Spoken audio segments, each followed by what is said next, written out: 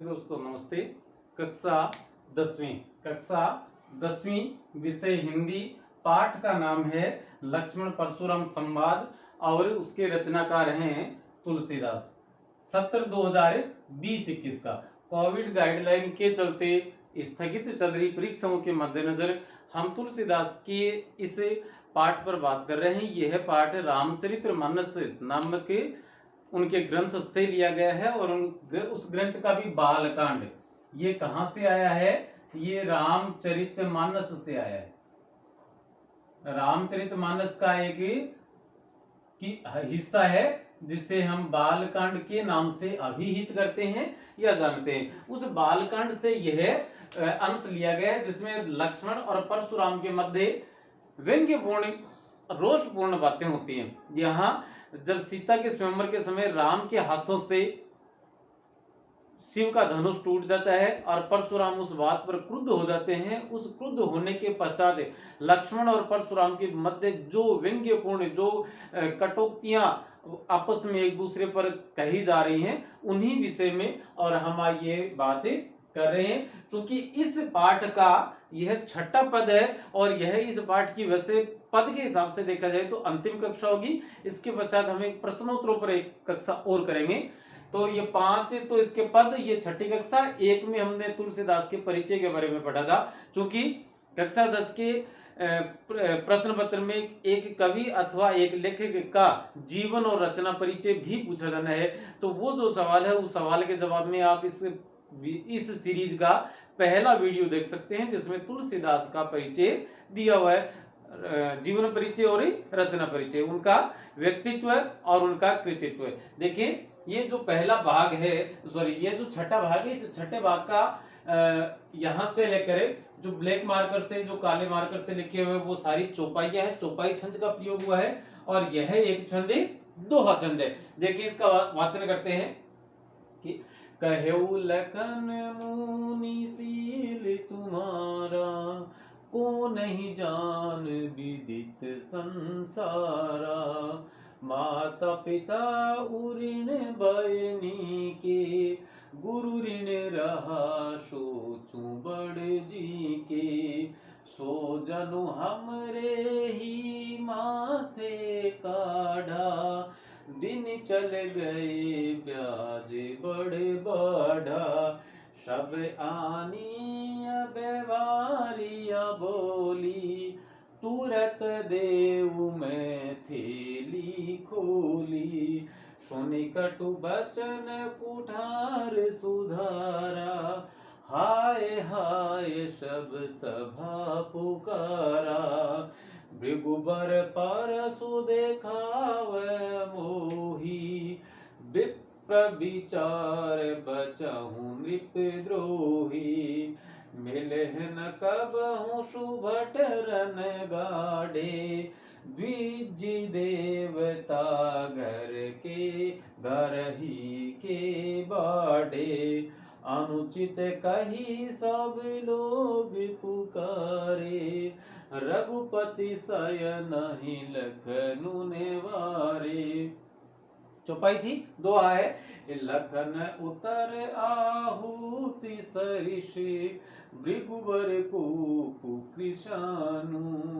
बढ़त देखी जल सम बचन, बोल रघुकुल भानु।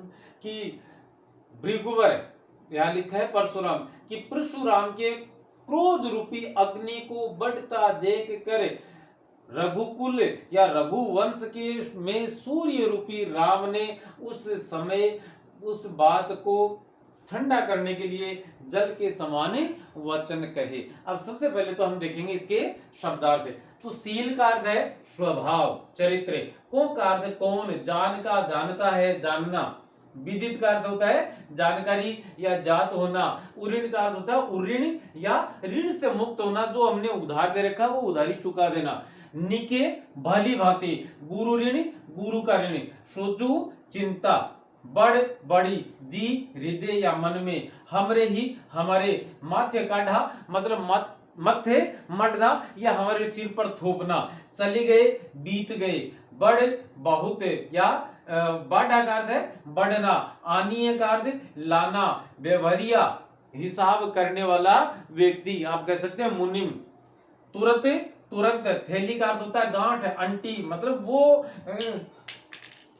थैली, या आप कह सकते हैं किसी मनुष्य का पर्स या उसका खजाना। कटु, कड़वे, कुठार, फरसा, सुधारा का मतलब संभाल लिया। विप्र, विप्र को कहते हैं ब्राह्मण। विचारी, विचार करके या जानकर। बचाऊ का अर्थ होता है बचाना। नृपद्रोही मतलब राजाओं का शत्रु, राजाओं से क्षत्रियों से द्वेष रखने वाला। कबहू का अर्थ है कभी। शुभट का अर्थ होता है शूरवीर। रण का अर्थ है युद्ध। गाढ़े का अर्थ है दृढ़। द्विज देवता मतलब ब्राह्मण देवता। घर ही के मतलब घर के ही या घर में ही। बाढ़े मतलब बड़े हो रहे हैं या अपने आप में श्रेष्ठ बने हुए हैं, उत्तम बने हुए हैं। रघुपति राम, शयन ही नयन, शयन का अर्थ है नयन, कि नयन के इशारे से। और लखनऊ का अर्थ है लक्ष्मण, नेवारे का अर्थ है रोकना, लक्ष्मण को उन्होंने रोक लिया। उत्तर का अर्थ है उत्तर का उत्तर। देखिएगा ये दोनों जो है आप युग्म शब्दों में भी इन चीजों को पढ़ेंगे। युग्म शब्द का मतलब दोनों देखने में एक जैसे, सुनने में एक जैसे, लेकिन उनके अर्थ में बहुत ज्यादा अंतर होता है। इस उत्तर को हम देखते हैं, जैसे कोई बच्चा ऊपर चढ़ा हुआ हम उसे कहते हैं नीचे उतर, या बाढ़ का पानी उतर रहा है, तो बाढ़ का पानी पहले नदी चढ़ी हुई थी अब उतर रही है। और इस उत्तर का अर्थ होता है एक तो जवाब, और दूसरा अर्थ होता है इसका एक दिशा। आहुति, आग भड़काने वाली या आग को और ज्यादा प्रज्वलित करने के लिए जो सामग्री डाली जाती है वह है। सरिस का अर्थ होता है समान, के समान। भृगुवर, परशुराम, कोपू का अर्थ है क्रोध। कृषाणु का अर्थ होता है आग या अग्नि, की क्रोध रूपी अग्नि। बढ़त मत देखी मतलब बढ़ती हुई देख कर। सम का अर्थ समान, और जल सम वचन, सम का अर्थ समान, जल का अर्थ पानी होता ही है, और वचन का अर्थ वचन, बात। रघुकुल भानो, कि रघुवंश में सूर्य के समान, अर्थात राम, राम ने कैसे वचन कहे, जल के समान ठंडे वचन कहे। इसका अर्थ देखते हैं। तो प्रसंग में हम क्या लिखेंगे, प्रसंग में हम लिखेंगे कि प्रस्तुत काव्यांश तुलसीदास के द्वारा रचित रामचरितमानस के बालकांड से लिया गया है, जिसमें लक्ष्मण और परशुराम के मध्य एक दूसरे पर कटुक्तियां या व्यंग्योक्ति या व्यंग्यपूर्ण बातें कही जा रही हैं। फिर व्याख्या में लिखेंगे कि कहेऊ लखन मुनि सील तुम्हारा। अब इससे पहले वाली आप बात याद करें तो लक्ष्मण और परशुराम के मध्य वही खींचातान चल रही है, और यहाँ वो कह रहे हैं कि हे विश्वामित्र आप मेरा क्रोध, मेरा जो ऐश्वर्य है वह लक्ष्मण को बता दो। तब लक्ष्मण कहते हैं कहेऊ लखन मुनिशील तुम्हारा। ये सुनकर लक्ष्मण ने कहा कि हे मुनिवर, आपका शील, आपका स्वभाव तो सब लोग जानते हैं, कौन नहीं जाने, कि कौन नहीं जानता विदित संसारा, कि आपके स्वभाव को कौन नहीं जानता, आपके स्वभाव के बारे में तो पूरा संसार जानता है। माता पिता ऋण भयने के, कि आप अपने माता पिता के प्रति आपका जो ऋण था उस ऋण से तो बड़ी आसानी से उऋण हो गए। उऋण का मतलब ऋण मुक्त हो गए, आपका ऋण चुक गया, माता पिता के प्रति आपका जो दायित्व था वो निपट गया है। गुरु ऋण रहा सोच बड़ जी की, अब आपके जी में, आपके हृदय में एक बड़ी चिंता है। सोचो का अर्थ हमने सोच, और सोचो का अर्थ यहाँ लिखा है चिंता। आपके मन में एक बड़ी चिंता है, और वो चिंता क्या है, गुरु का ऋण, कि गुरु के ऋण के प्रति आपके मन में एक बहुत बड़ी चिंता इन दिनों चल रही है। सो जनो हमरे ही माथे काटा, और वह जो आपका गुरु ऋण का जो आपका गुरु ऋण जो आपके सिर चढ़ा हुआ था वो आपने हमारे माथे काट दिया या हमारे सिर पर थोप दिया है। दिन चली गई, दिन बहुत सारे बीत गए, इसलिए ब्याज बढ़ बढ़ा, इसलिए उसका ब्याज भी बहुत ज्यादा बढ़ गया है, कि आपका गुरु के प्रति आपका जो ऋण था वो ऋण कई दिनों से चल रहा है, और इस चलते जाने की वजह से काफी दिन बीत गए, और उस ऋण पर ब्याज भी बहुत ज्यादा बढ़ गया है। सब आनीय व्यवहारिया बोली, कि अब आप ऐसा कीजिए, उन किसी न किसी व्यवहारिया का अर्थ होता है किसी न किसी मुनिम या कोई गणना करने वाला, या ब्याज की जो गणना करने वाला व्यक्ति है उसे, कि कोई व्यवहार करने वाले व्यक्ति को आप ले आइए, सबसे बोलकर, किसी से बोलकर, किसी व्यवहार करने वाले, किसी हिसाब करने वाले व्यक्ति को ले आइए। तुरंत देऊ मैं थैली काटा, और मैं थैली खोलकर तुरंत चुका दूंगा। मारवाड़ी भाषा में कहा कि तेरे जोगो तो हूं, तू जखन तेरी आधा नब्बा कर ले लिया अबार गिना दे टपाटप, है ना। तो ये कह रहे कि तुरंत देऊ में थैली खोले, कि तुरंत मैं थैली खोलते दे दूंगा, तू तो हिसाब बता कितना तेरा। तो सुनी कटु वचन कुठार सुधारा। लक्ष्मण के ये कटु वाक्य सुनकर परशुराम ने अपना कुठार, और कुठार आपने यहाँ कहा लिखा था फरसा, परशुराम ने अपना फरसा संभाल लिया। सुधारने का अर्थ होता है संभाल लेना, संभाल लिया। हाय हाय सब सभा पुकारा, और जो ही वे लक्ष्मण पर हमला करने के लिए, वार करने के लिए उद्यत होते हैं, तब पूरी सभा हाय हाय करके पुकार उठती है कि अरे अनर्थ हो जाएगा, क्या हो रहा है। भृगुवर पारसु देखावे मोही, और इतना सब देख कर भी, इतना सब होने के बाद भी लक्ष्मण वहीं नहीं रुके। वो और ज्यादा वाक्य, और ज्यादा कटु कड़वे वाक्य किसे कहते हैं, परशुराम को क्या कहते हैं कि भृगुवर पारसु देखावे मोही, कि भृगुवर परशुराम मुझे अभी भी अपना फरसा दिखा रहे हैं। विप्र विचार बचाऊं नृपदोही, और मैं इस राजाओं के दुश्मन को ब्राह्मण समझ के अब तक बचाता आ रहा था, नहीं तो कब का इसका वध कर चुका होता। लक्ष्मण के टोन लहजा ये है इस प्रकार से, मिले न कब हूं सुभट रण गाड़े। और इस लक्ष्य, इस परशुराम को या इस मुनिवर को, इस ब्राह्मण श्रेष्ठ को आज तक रण के मैदान में, युद्ध के मैदान में कोई शूरवीर, दृढ़ शूरवीर मिला नहीं है कभी। कहा, रण के मैदान में। रण का अर्थ होता है युद्ध के मैदान में। कभी इसका पल्ला वीर से, दृढ़ वीर से पड़ा नहीं है। द्विज देवता घर ही के बाड़े, ये जो ब्राह्मण देवता है, द्विज मानी होता है ब्राह्मण। द्विज जो शब्द है इसके बारे में एक बात बताते हैं, द्विज देवता घर ही के बाड़े, कि ये जो ब्राह्मण देवता है ये अपने घर में ही श्रेष्ठ बने हुए हैं, क्योंकि युद्ध के मैदान में तो इनका किसी सूरवीर से कभी पाला पड़ा नहीं। कभी पड़ जाता तो बार बार ये कुठार दिखाने की जो हिम्मत है, जो हिम्मत है, वो कर नहीं पाते। अनुचित कही सब लोग पुकारे, इस बात को अनुचित मानकर और सब लोगों ने कहा कि ये आप बहुत ज्यादा अनुचित कह रहे हैं। किसे, लक्ष्मण को कहा। तो वहां उपस्थित राजाओं ने लक्ष्मण की इस बात से असहमति जाहिर की और कहा कि लक्ष्मण का यह कथन अनुचित है। अनुचित का अर्थ होता है अन धन उचित, उचित माने सही, अन मानी गलत नहीं, नकारात्मक अर्थ में, कि यह सही नहीं है, अर्थात यह अनुचित का अर्थ होता है गलत है, कि यह आप बड़ी गलत बात कह रहे हैं। अब क्या हुआ, रघुपति शयन ही लखनऊ निवारे, और रघुपति राम ने इस दरमियान, इस दौरान लक्ष्मण की तरफ अपनी आंखों से इशारा करके, आंखों में संकेत करके लक्ष्मण को वहीं रोक लिया। अब देखिए द्विज के अर्थ में हम बात कर रहे थे। द्विज अनेकार्थक शब्द है, इस द्विज के तीन अर्थ निकलते हैं। एक तो अर्थ निकलता है द्विज का, सबसे पहला तो इसका अर्थ निकलता है, जैसे यही इसी पद में इसका अर्थ निकला ब्राह्मण। दूसरा निकलता है इसका पक्षी, और तीसरा निकलता है दांत। देखिएगा ऐसा माना जाता है। द्वि का अर्थ होता है दो, और जय का अर्थ होता है जन्म लेने वाला। जैसे आपने देखा होगा ना जलज, कि जल में जन्म लेने वाला है जो वह है, अर्थात कमल के अर्थ में। जल धन जय, धन का अर्थ मतलब जोड़ का निशान, जोड़ के निशान को हिंदी में धन कहा जाता है। तो जल धन जैसे जलज बना, उसी प्रकार से द्वि धन जैसे, कि दो बार, द्वि का अर्थ होता है दो बार जन्म लेने वाला है जो वह, अर्थात कौन है, ब्राह्मण, अर्थात कौन है, पक्षी, अर्थात कौन है, दांत। कैसे जन्म लेते हैं दो, ब्राह्मण का जीवन है, ब्राह्मण किसी जाति विशेष से न मानकर यहाँ पर एक विद्वान के विषय में, एक विद्वान के परिप्रेक्ष्य में बात की जाती है। तो कहा जाता है कि ब्राह्मण का जन्म भी एक सामान्य मनुष्य की तरह होता है, लेकिन जब वह अपने गले में ये जो पवित्र धारण करता है, अर्थात जनेऊ धारण करता है, तब से वह पक्का ब्राह्मण बनता है। तो एक तो सामान्य मनुष्य की तरह से, और जन्म में ये जो पवित्र या जनेऊ धारण करने के पश्चात वह सही मायनों में ब्राह्मण बनना। तो दो बार जन्म होना। पक्षी का जन्म आप समझ सकते हैं दो बार होता ही है।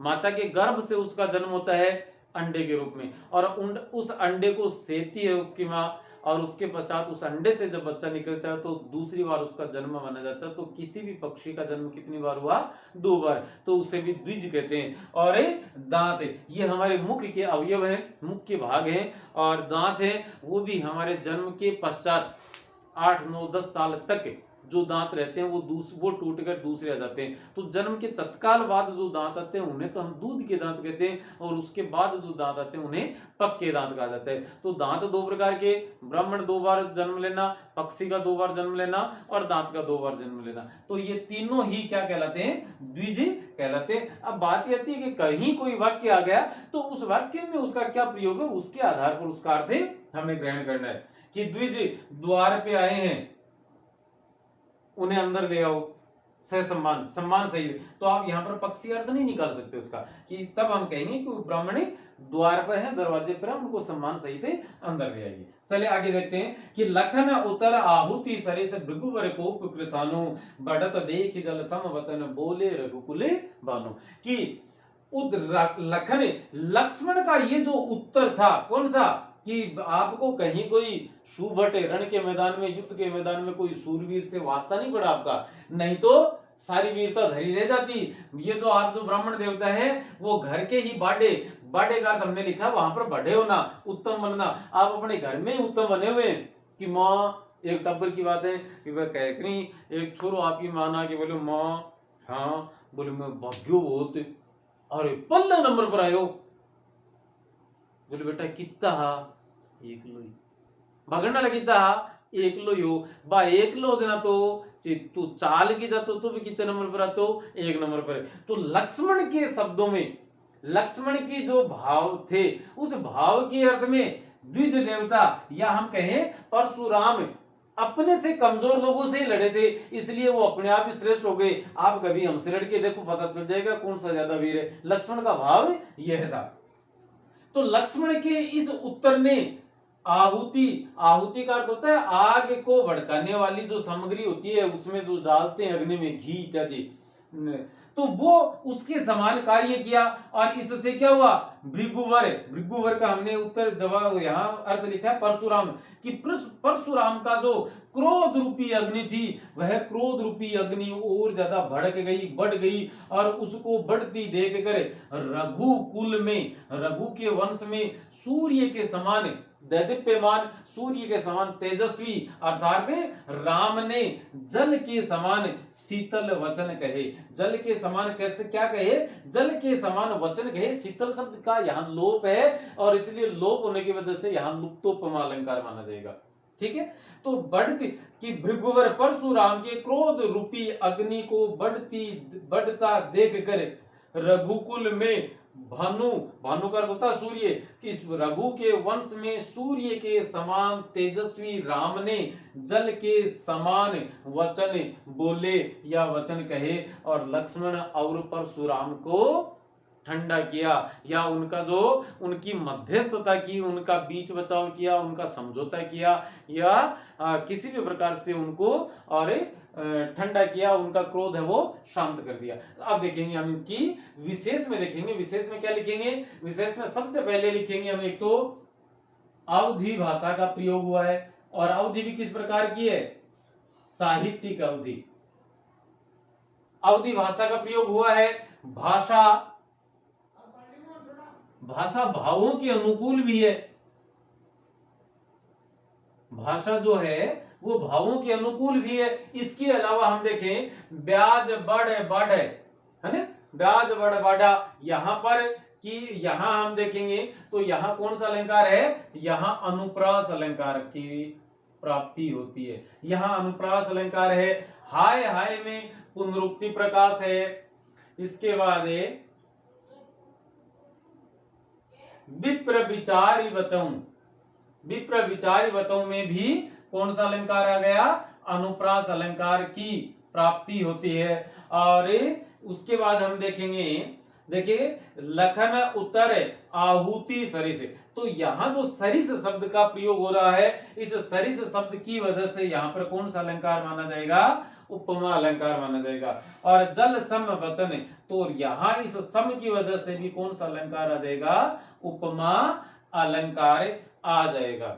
अब यहाँ उपमा अलंकार की प्राप्ति जब वहां होती है, वो कहां होती है?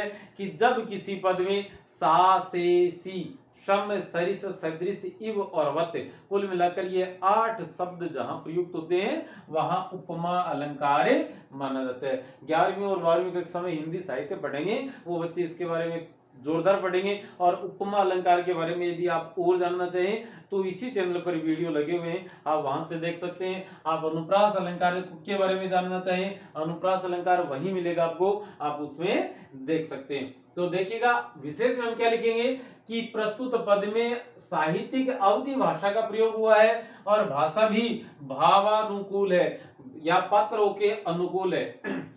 इसके बाद बात करें वीर रस की प्राप्ति होती है, वीर रस, रौद्र रस की प्राप्ति होती है। उसके बाद में ब्याज बड़बाढ़ में अनुप्रास अलंकार है, हाय हाय में पुनरुक्ति प्रकाश अलंकार है, विप्र विचारी वचहु में अनुप्रास अलंकार आया है।